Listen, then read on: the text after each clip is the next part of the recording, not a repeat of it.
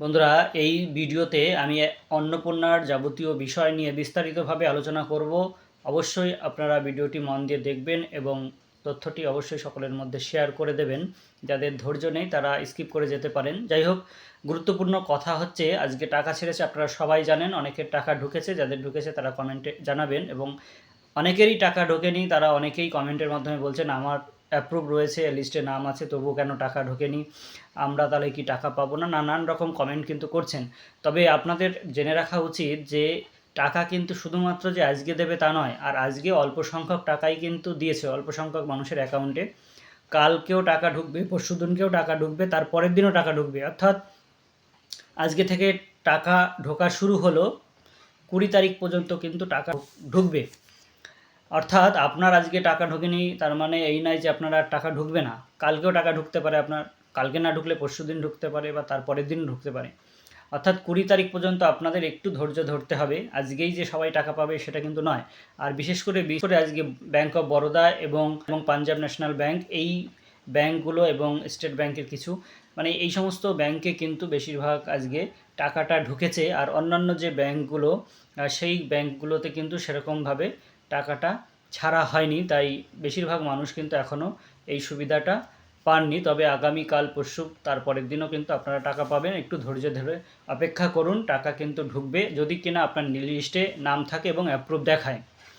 এবার আসি যে যাদের নাম লিস্টে নেই এবং যাদের টাকা ঢোকার সম্ভাবনা নেই, তারা কি করবেন।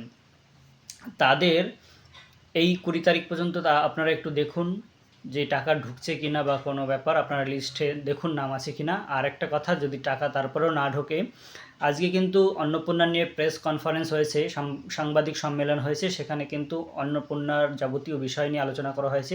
সেটাই আমি আপনাদের কাছে তুলে ধরবো। একদম এটা কিন্তু সরকারি তথ্য, আপনার বানানো গল্প নয়। যেটা ওনারা বলেছেন যে এটা করতে হবে বা এই ব্যাপার, সেগুলো আপনাদের কাছে তুলে ধরবো। আপনারা অবশ্যই এই তথ্যটি একটু সকলের কাছে শেয়ার করে জানিয়ে দেবেন। যারা দুশ্চিন্তাগ্রস্ত রয়েছে, চিন্তাগ্রস্ত, টেনশানে রয়েছেন যে টাকা পাবো কি পাবো না, তাদের কাছে অবশ্যই একটু শেয়ার করে দেবেন। বিষয়টা হচ্ছে যে 1,82,00,000 আবেদন জমা পড়েছিল, তার মধ্যে 1,45,00,000 কিন্তু অ্যাপ্রুভাল পেয়েছে। অ্যাপ্রুভাল বলতে অনুমোদন পেয়েছে, তাদের টাকা ছাড়া হবে, অর্থাৎ তারা টাকা পাবে। সেই 1,45,00,000 কিন্তু একদিনে টাকা পাবেন না। আজকে কিছু টাকা ছাড়া হয়েছে, কালকে এরকমভাবে টাকা আপনারা 20 তারিখের মধ্যে পাচ্ছেন। এবং অনেক মানুষ, প্রায় 17 লক্ষ রিজেক্ট করা হয়েছে। রিজেক্ট বলতে অ্যাপ্রুভাল পাননি। রিজেক্ট ওনারা বলছেন না যে আমরা একদম রিজেক্ট করে দিইনি, তাদেরও সুযোগ দেওয়া হবে। সেই যে 17 লক্ষ বাদ গেল, সেই 17 লক্ষের কেন বাদ গেল তার কারণও কিন্তু আপনারা ওই পোর্টাল থেকে দেখে নিতে পারবেন। এবার অনেকেই বলবেন যে পোর্টাল তো বন্ধ, কি করে দেখব। দেখুন, আপাতত সোশ্যাল রেজিস্ট্রি যে পোর্টাল, সেটা সবার জন্য বন্ধ রয়েছে।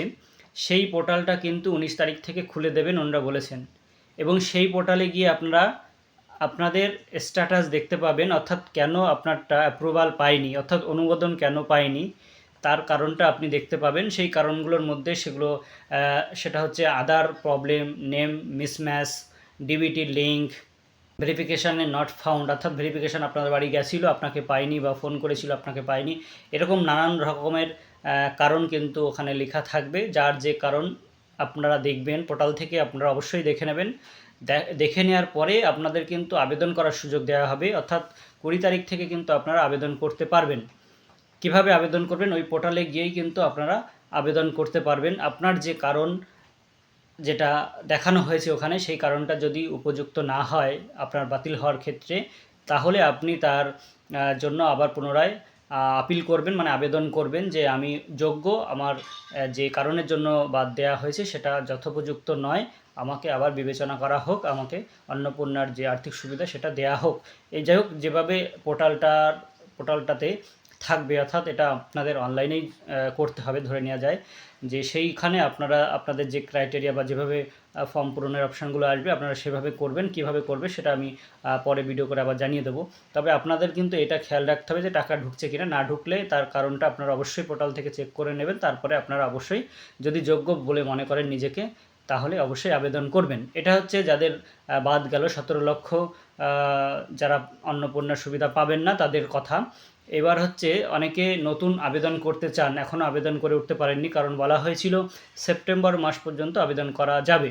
সেক্ষেত্রে আপাতত কিন্তু নতুন আবেদন বন্ধ, পোর্টাল খুললেও কিন্তু নতুন আবেদন হবে না যতদিন না পর্যন্ত যারা ভেরিফিকেশান হতে বাকি রয়েছে তাদেরটা ভেরিফিকেশান কমপ্লিট না হচ্ছে, তাদেরটা না হওয়া পর্যন্ত নতুন আবেদন নেওয়া হবে না। এটা কিন্তু আজকে সাংবাদিক সম্মেলনে বলে দেওয়া হয়েছে।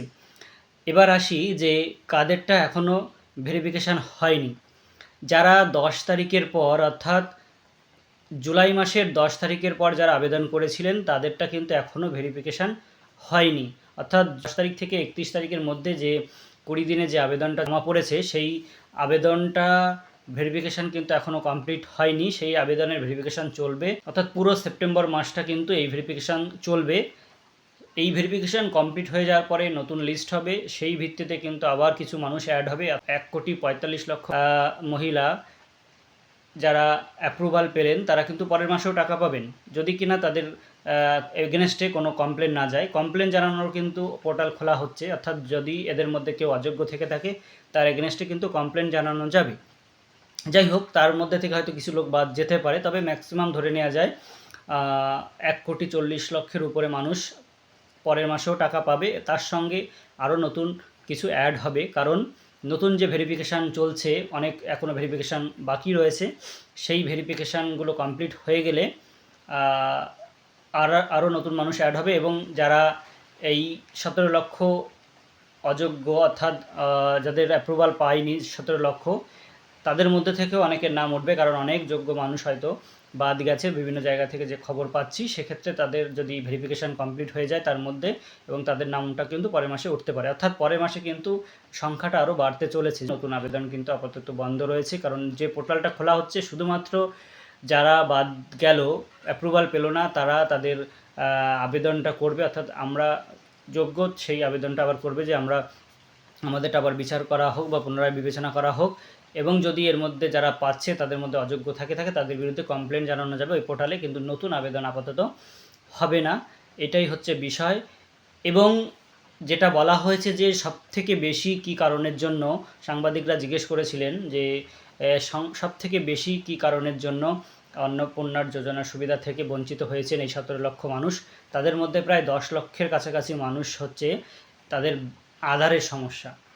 বারবার বলা হয়েছিল যে আধার কার্ডের সঙ্গে ব্যাংকের ডিবিটি লিঙ্ক করানোর কথা, সেটা কিন্তু অনেকের হয়নি। অনেকে ভেবেছেন যে আধারের সঙ্গে লিঙ্ক করা রয়েছে, অনেকে করেননি, বা অনেকের এই আধারের নামের মিসম্যাচ, অর্থাৎ আধারের সঙ্গে একরকম নাম, ব্যাংকের বইয়ে একরকম নাম, বা আপনার ভোটার কার্ডে একরকম নাম, বিভিন্ন রকম নামের বানানের সমস্যার কারণে, বয়সের সমস্যার কারণে, বা বিভিন্ন রকম মিসম্যাচের কারণে কিন্তু আপনাদের প্রায় 10 লক্ষ মা বোনেদের কিন্তু এই অন্নপূর্ণা সুবিধা থেকে বঞ্চিত হতে হয়েছে শুধুমাত্র আধার কার্ডের প্রবলেমের কারণে।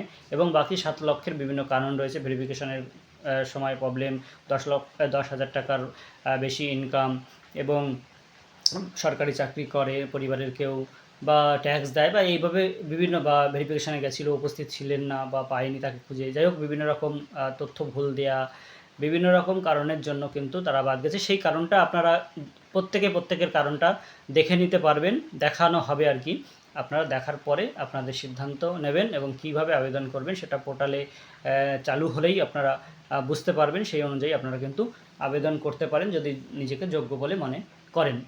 ধন্যবাদ সকলকে, অবশ্যই তথ্যটি শেয়ার করে পাশে থাকবেন, এবং যাদের টাকা ঢুকেছে অবশ্যই কমেন্টে জানাবেন, কাদের ঢোকেনি সেটাও জানাবেন, আপনি কি যোগ্য কিনা সেটাও জানাবেন।